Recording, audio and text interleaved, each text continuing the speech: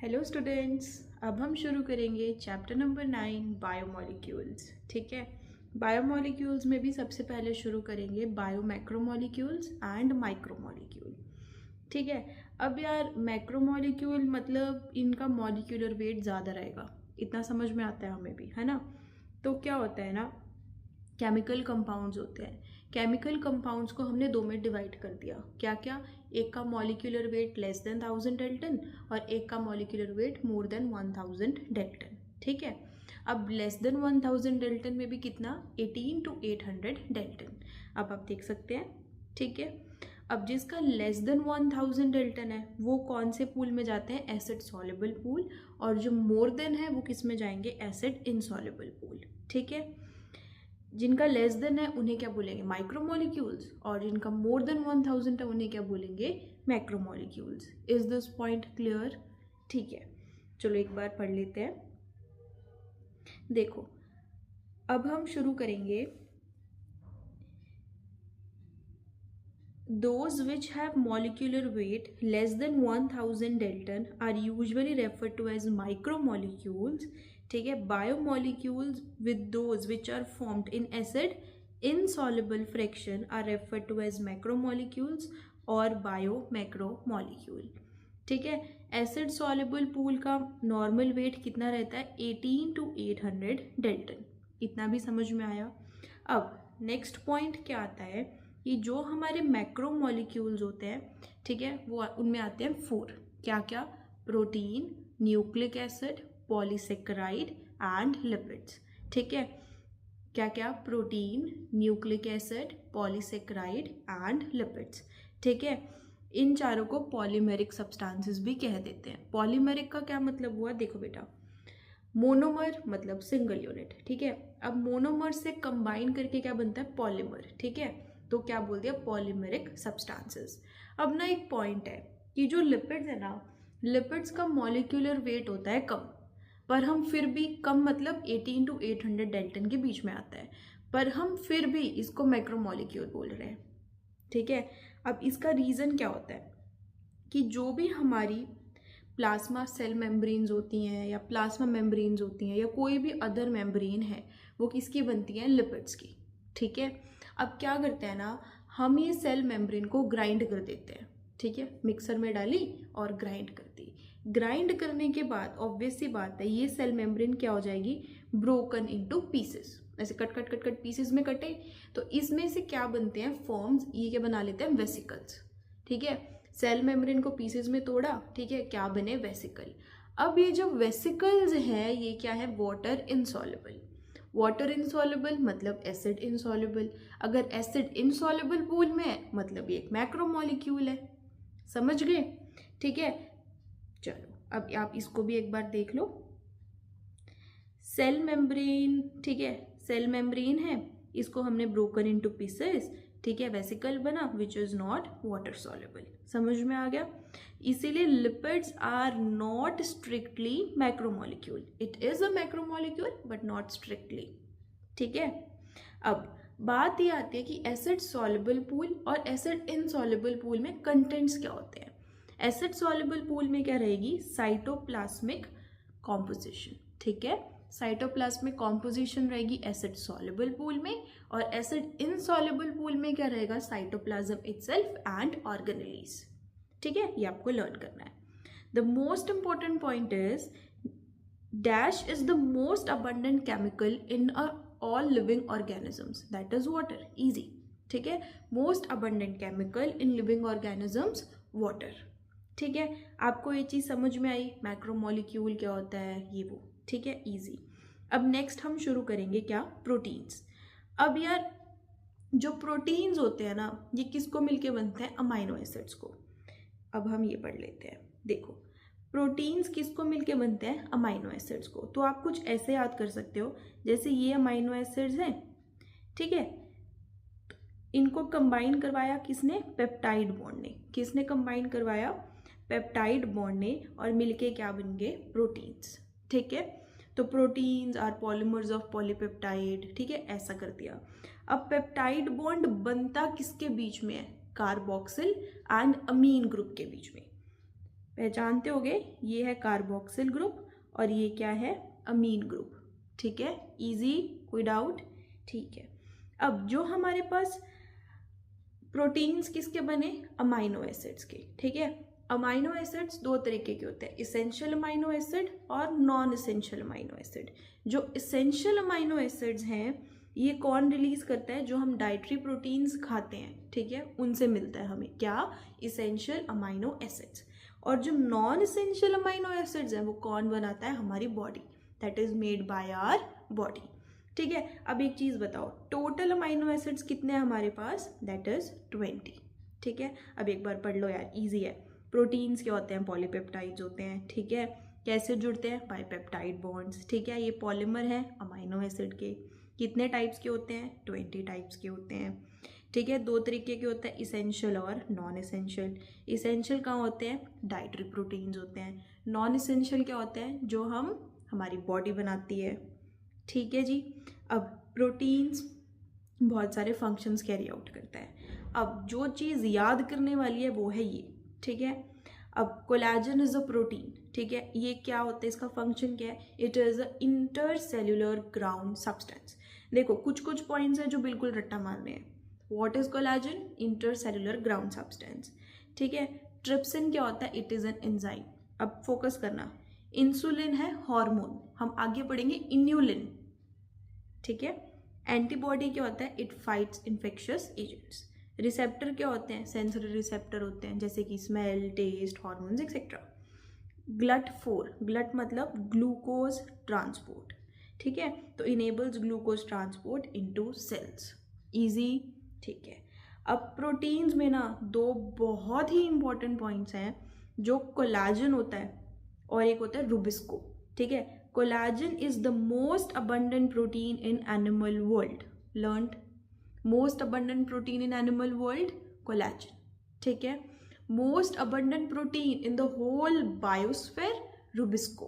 कौन सा है, rubisco, that is ribulose bisphosphate carboxylase oxygenase.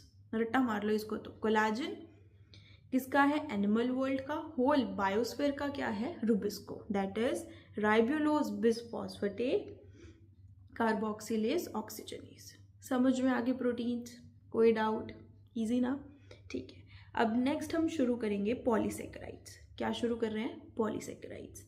अब यार ये जो पॉलीसेकेराइड्स होते हैं मतलब कार्बोहाइड्रेट्स का रोल है। ठीक है, अब monosaccharide single unit such as glucose. ठीक है, अब बहुत सारी ग्लूकोज की यूनिट्स मिलके क्या बनाती हैं, सेल्यूलोज।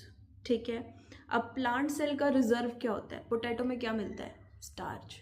ठीक है, एनिमल सेल का रिजर्व क्या देखा जाता है, ग्लाइकोजन।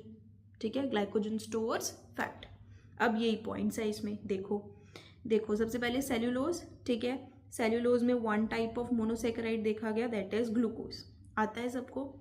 ठीक है, cellulose is a homopolymer. Homopolymer मतलब इसमें सिर्फ और सिर्फ ग्लूकोज की ही यूनिट्स होती हैं। ठीक है, नेक्स्ट स्टार्च क्या है, store house of plant tissue. सीधा याद रखना, प्लांट मतलब कौन रिलेटेड है, पोटैटो, पोटैटो मतलब स्टार्च।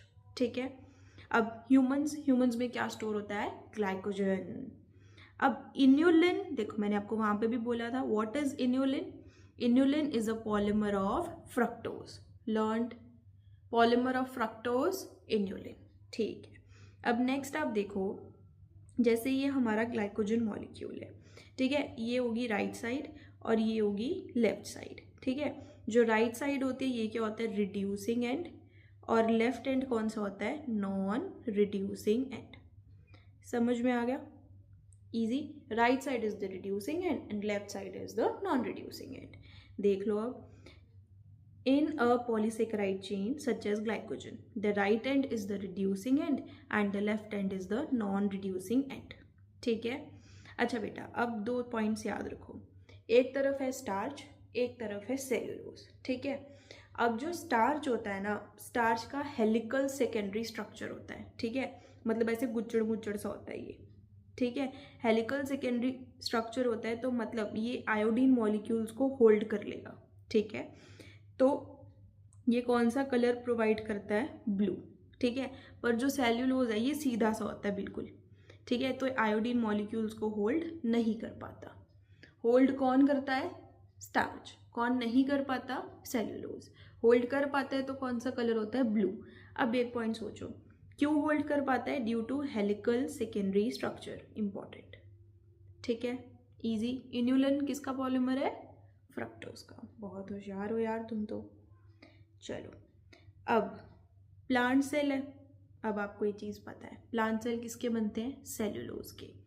ठीक है, इम्पॉर्टेंट क्या है कि जो एक्सोस्केलेटन होता है आर्थ्रोपोड्स का, ठीक है, ये किसका बनता है? Complex polysaccharide such as chitin. और देखा गया है कि जितने कॉम्प्लेक्स पॉलीसेकेराइड्स हैं ये क्या है? होमोपॉलीमर्स, एक ही चीज़ के बनते हैं।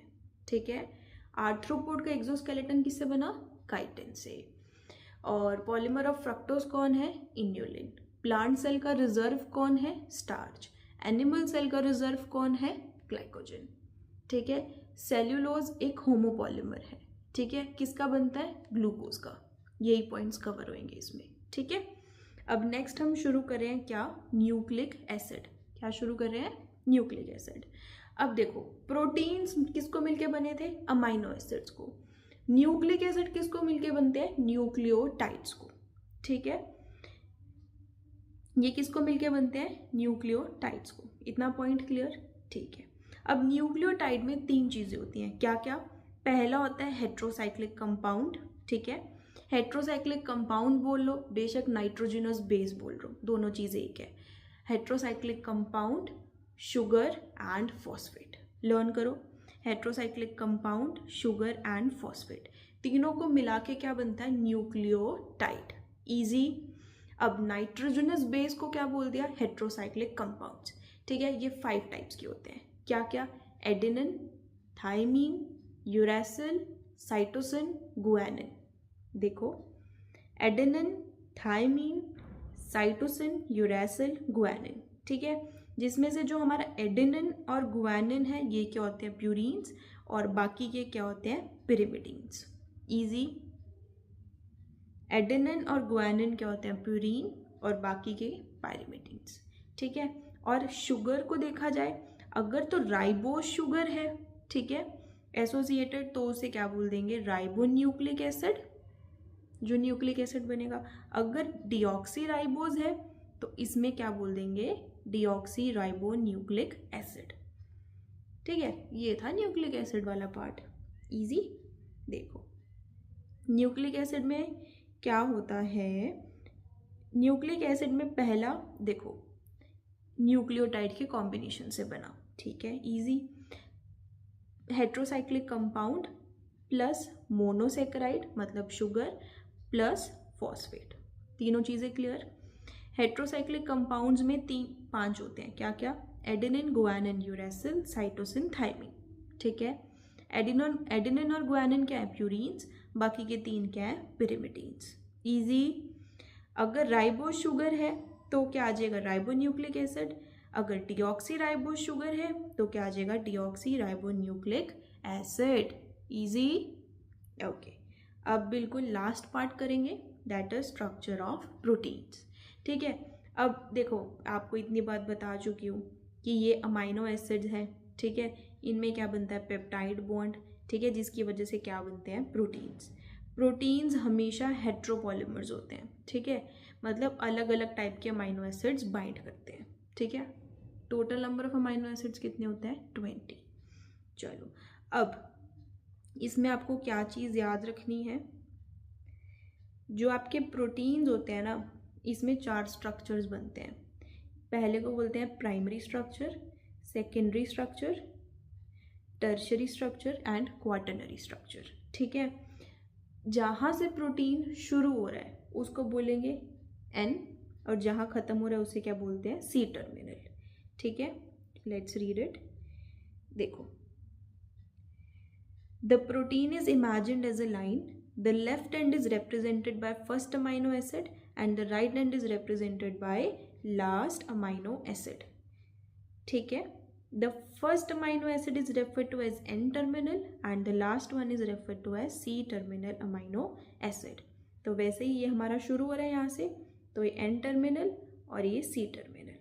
ठीक है, important is कि जो हमारा प्राइमरी स्ट्रक्चर है इसमें कौन सा बॉन्ड बनता है, जो आपको हमेशा याद रखना है, प्राइमरी में कौन सा बॉन्ड, पेप्टाइड बॉन्ड। कौन सा बॉन्ड बन रहा है, पेप्टाइड बॉन्ड, ठीक है। सेकेंडरी में दो स्ट्रक्चर्स बनते हैं, एक तो अल्फा हेलिक्स और एक बीटा शीट्स, ठीक है। इसमें पेप्टाइड बॉन्ड तो होता ही होता है, साथ में कौन सा बॉन्ड ऐड हो जाता है, हाइड्रोजन बॉन्ड, ठीक है। टर्शरी में कौन से होते हैं, ऐड हो जाएगा, डाइसल्फाइड बॉन्ड ऐड हो जाते हैं, ठीक है। और क्वाटरनरी में ये पांचों के पांचों बॉन्ड्स आपको याद रखने हैं, hydrophobic, hydrogen ionic, वांडरवॉल, disulphide bond, ठीक है। और आप इन शॉर्ट इसको कैसे याद रख सकते हो कि प्राइमरी में एक ही बॉन्ड है, दैट इज पेप्टाइड, ठीक है। सेकेंडरी में दो बॉन्ड्स हैं, डोमिनेंट बॉन्ड्स, पेप्टाइड और हाइड्रोजन बॉन्ड। टर्शरी में कौन कौन से हैं, पेप्टाइड, हाइड्रोजन बॉन्ड और डाइसल्फाइड। क्वाटरनरी में पांच आएंगे, कौन कौन से, hydrophobic, hydrogen ionic, van der Waals forces and disulphide bond. Easy. अच्छा, अब एक और चीज सुन लो, जो हमारे क्वाटरनरी स्ट्रक्चर्स होते हैं ना बेटा, जो हमारा एडल्ट ह्यूमन हीमोग्लोबिन है, ठीक है, ये क्या दिखाता है, क्वाटरनरी स्ट्रक्चर, ठीक है। क्या दिखाता है, क्वाटरनरी स्ट्रक्चर, ठीक है, जिसमें 2 सब यूनिट्स होती हैं अल्फा टाइप की और 2 सब यूनिट्स होती हैं बीटा टाइप की, 2 अल्फा और 2 बीटा, ठीक है। ये क्या है, एडल्ट हीमोग्लोबिन, ठीक है। अच्छा, और जो टर्शरी स्ट्रक्चर होता है, ये भी पॉइंट इंपॉर्टेंट है, मार्क करना। Tertiary structure is absolutely necessary for many biological activities of proteins, ठीक है।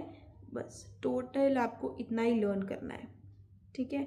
तो by this we complete our biomacromolecules, ठीक है। प्रोटीन समझ में आए, अमाइनो एसिड के कॉम्बिनेशन से बने, ठीक है, पेप्टाइड बॉन्ड थे। न्यूक्लिक एसिड में क्या आया, न्यूक्लियोटाइड्स, ठीक है, 3 चीजें थी, फॉस्फेट ग्रुप, शुगर्स, ठीक है, और नाइट्रोजनस बेस, ठीक है। पॉलीसेकेराइड में आपने क्या देखा कि सेल्यूलोज, स्टार्च, ठीक है। और लिपिड्स में आपको पता चल गया सेल मेम्ब्रेन होती है, उसको ग्राइंड करते हैं, ठीक है। इसको हम स्ट्रिक्टली मैक्रोमोलिक्यूल नहीं बोलते, बट ये एसिड इनसॉल्युबल पूल में मिलता है, ये सब, ठीक है। तो by this we complete our biomacromolecules. In the next lecture हम कवर करेंगे एंजाइम्स को, ठीक है।